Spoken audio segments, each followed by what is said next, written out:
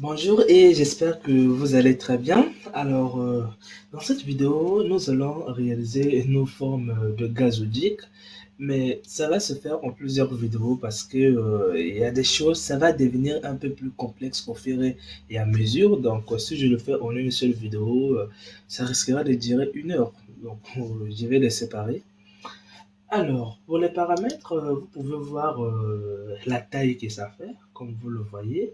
Donc, nous allons le refaire. Bien évidemment, si vous me posez la question, que fait le rôle de ce nez, je ne serai pas capable de vous répondre parce que il y a un peu longtemps que je les ai faits.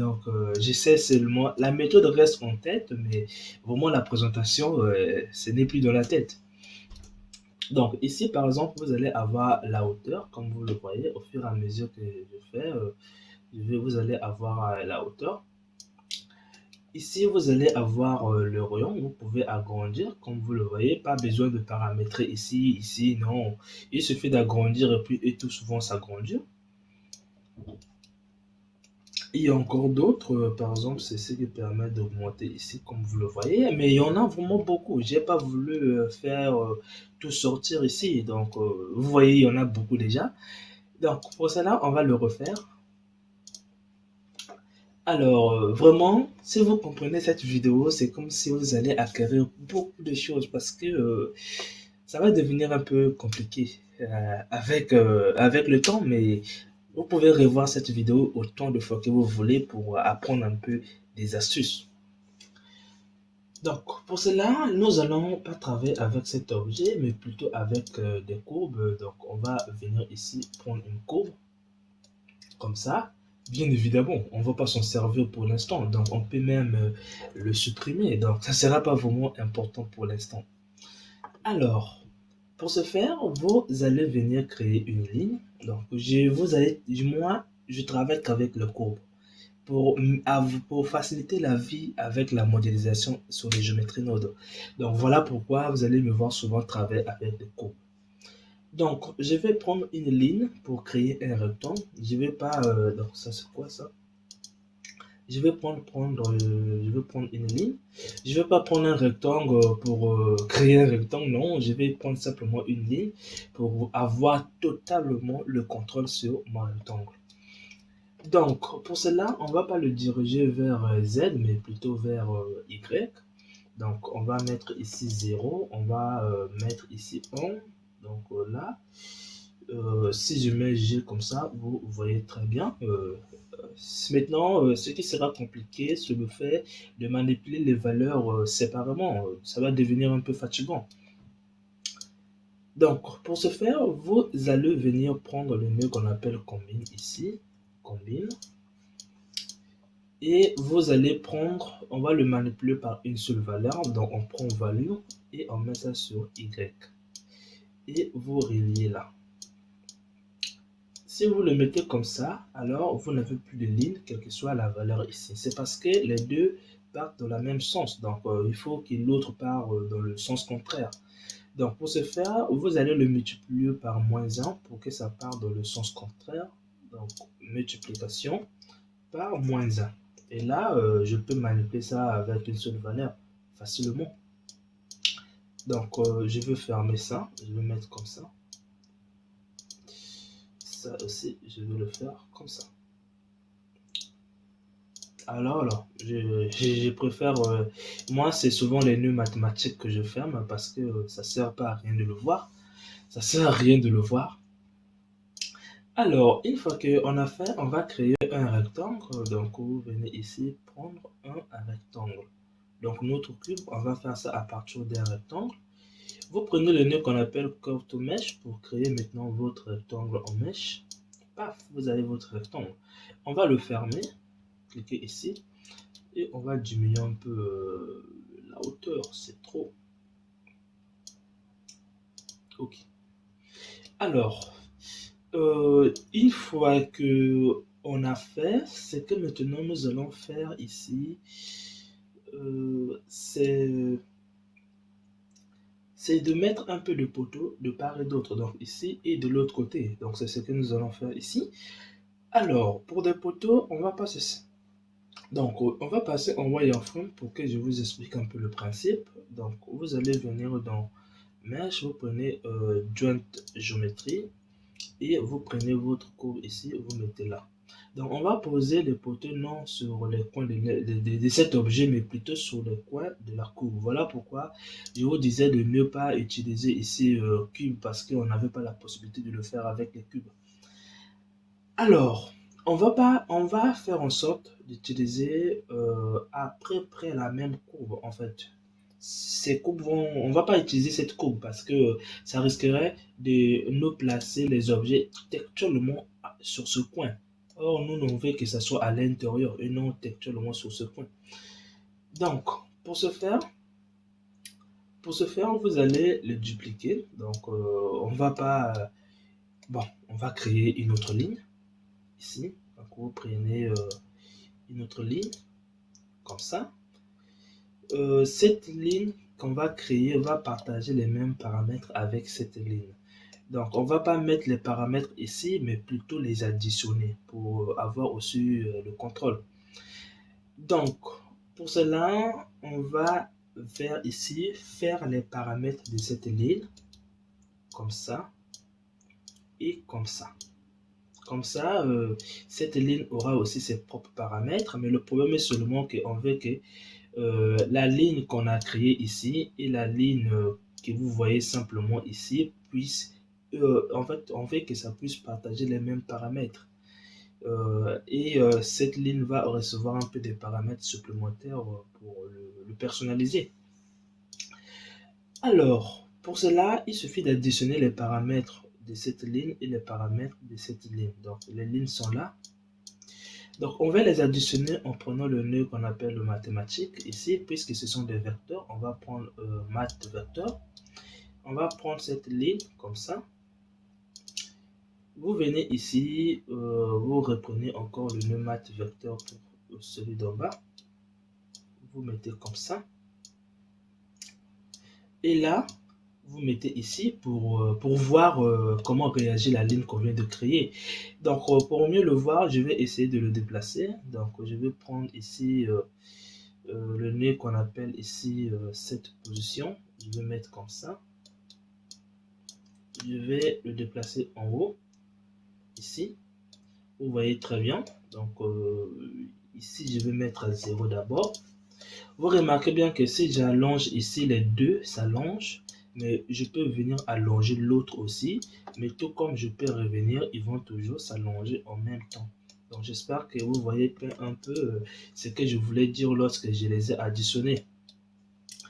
Alors, une fois que en fait les deux lignes se trouvent maintenant à la même position, ce que je vais faire ici, c'est de vous faire montrer quelque chose de très important encore. Si j'allonge ici, c'est que je ne veux pas. Je vais que faire diminuer la longueur de cette ligne, mais je ne veux pas que ça dépasse la longueur de cette ligne. Donc, ce qui veut dire quoi? La valeur qui est là, on va le bloquer à une certaine valeur. Donc, et pour le bloquer, vous allez venir prendre le nœud qu'on appelle clamp ici. On va mettre d'abord comme ça. Donc ça, vous pouvez le trouver dans les groupes, dans les layers ici. Vous avez simplement celle-là. Donc je vais le mettre ici et je vais encore le supprimer comme ça. Je l'ai un peu, mais nous, on veut, en fait, on veut diminuer, on veut pas que ça puisse être aussi très long. Donc, qui dit quelque chose de très long, qui dit aussi que ça va porter des valeurs, des grosses valeurs. Donc, nous, on va réagir avec le maximum. Donc, pour cela, on va le mettre là. Donc, on va essayer de voir. Donc, je pense que on va pas on devait plutôt le mettre là. Donc, avant que... donc, on va venir ici.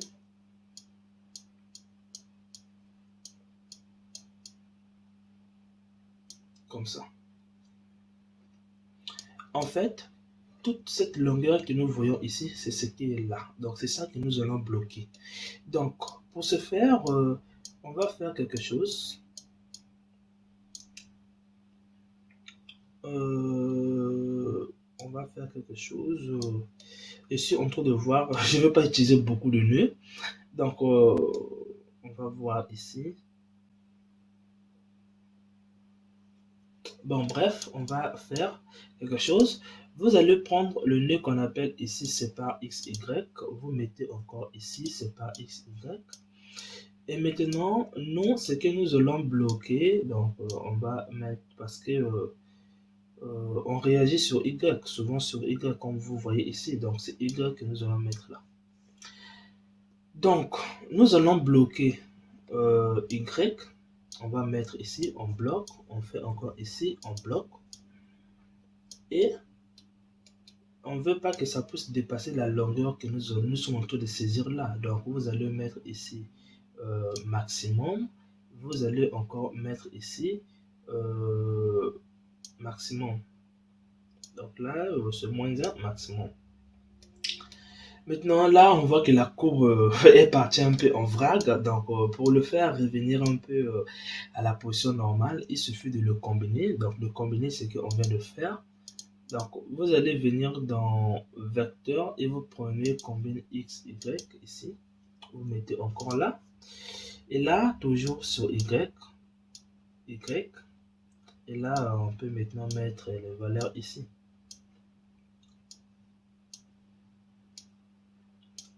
Donc, une fois que je les ai fait, si j'essaie d'allonger la courbe, je ne peux pas allonger, mais je peux au moins diminuer. Donc là, je pense que c'est le minimum. Ici, c'est le minimum. OK. Donc, d'ailleurs, c'est la valeur que j'ai pris était sur le maximum. Je les ai mis sur le minimum parce que c'est négatif. Alors, donc là, vous voyez bien que je peux faire, mais je ne peux pas aller loin, comme vous le voyez. Je peux diminuer, mais je ne peux pas dépasser la longueur qui est là. Donc, l'astuce est toujours que vous pouvez l'additionner. Donc, ça, c'était la chose la plus importante. Alors, je vais maintenant poser des rectangles sur cet objet, en fait, sur les coins de cette courbe. Donc, les rectangles, on va simplement, bon, on va pas créer un autre rectangle, on va simplement copier le rectangle qui est en bas. Si vous voulez, on va créer un autre dans le but de vous apprendre encore plus. Alors, pour cela, vous allez venir ici. Vous allez venir prendre ici, prendre une ligne. Excusez. Vous allez prendre une ligne ici. Et vous allez prendre un rectangle ici. Et vous allez faire Mesh to Curve ici. On va faire comme ça. Alors, pour cela, on va le voir un peu comment ressemble notre rectangle. On va le mettre ici et là, on a un rectangle. Donc, on va diminuer un peu la taille des deux. On va faire un peu comme ça. Et on va augmenter un peu la hauteur. Alors, cet rectangle qui est là, on va venir le poser sur le coin de cette courbe. Donc, sur le coin de cette courbe qui est là, donc au coin ici et au coin ici. Donc, pour arriver à le faire, il faudra simplement utiliser les instances. Donc, on va remplacer la forme sur le coin de la courbe qui sort ici. On va mettre notre rectangle ici. Donc, vous mettez instance et là, vous avez vos deux rectangles. Alors, pour cela, on va le combiner ici pour le voir eux tous ensemble. Donc, on va enlever. On va le faire ici. Donc là, nous avons nos rectangles. Pour ce faire, on va annuler la position que nous avons mis ici. Donc, on va mettre 0. Et là, vous voyez bien que votre rectangle se trouve maintenant ici. Donc, si on vient ici, on le voit bien ce qu'on a fait. On peut tout paramétrer. Donc, ce qui est vraiment génial avec les géométries Node. Donc, si je viens ici, avec la valeur là, je peux allonger comme ça. Vous voyez, ça se déplace ensemble. Si je viens ici, je peux simplement jouer avec les deux, comme vous le voyez ici, je peux jouer. Tout comme je peux jouer avec la hauteur ou la longueur. Maintenant, on va enlever un peu le shade smooth qui est appliqué. C'est vraiment pas joli à voir. Donc, pour cela, nous allons venir ici. C'est où ce truc? Ah ouais, shade smooth, on met là. Et là, on nous dit qu'on a un problème, c'est que on nous dit qu'il y a des courbes qui sont là. Bien évidemment, il y a des courbes. Donc, lorsqu'on passe en wireframe, on voit bien les lignes qui sont là, ce sont des courbes. Donc, pour le faire, on doit enlever pour que ça marche. Donc, je pense qu'on a une courbe qui est là. Je les ai supprimées. On a une autre courbe qui est là. Et là, on n'a plus l'erreur. Donc, si on revient ici, on n'a plus si on décoche, plus le shade smooth. Et donc, j'espère que vous avez vu comment on a fait un peu le bas. Donc, dans la prochaine vidéo, on va mettre un peu des objets à côté ici pour mettre maintenant des cercles et des tuyaux vont venir après. Donc, je vais le fermer comme ça. Donc, j'espère que vous avez vu. On se retrouve à la prochaine vidéo.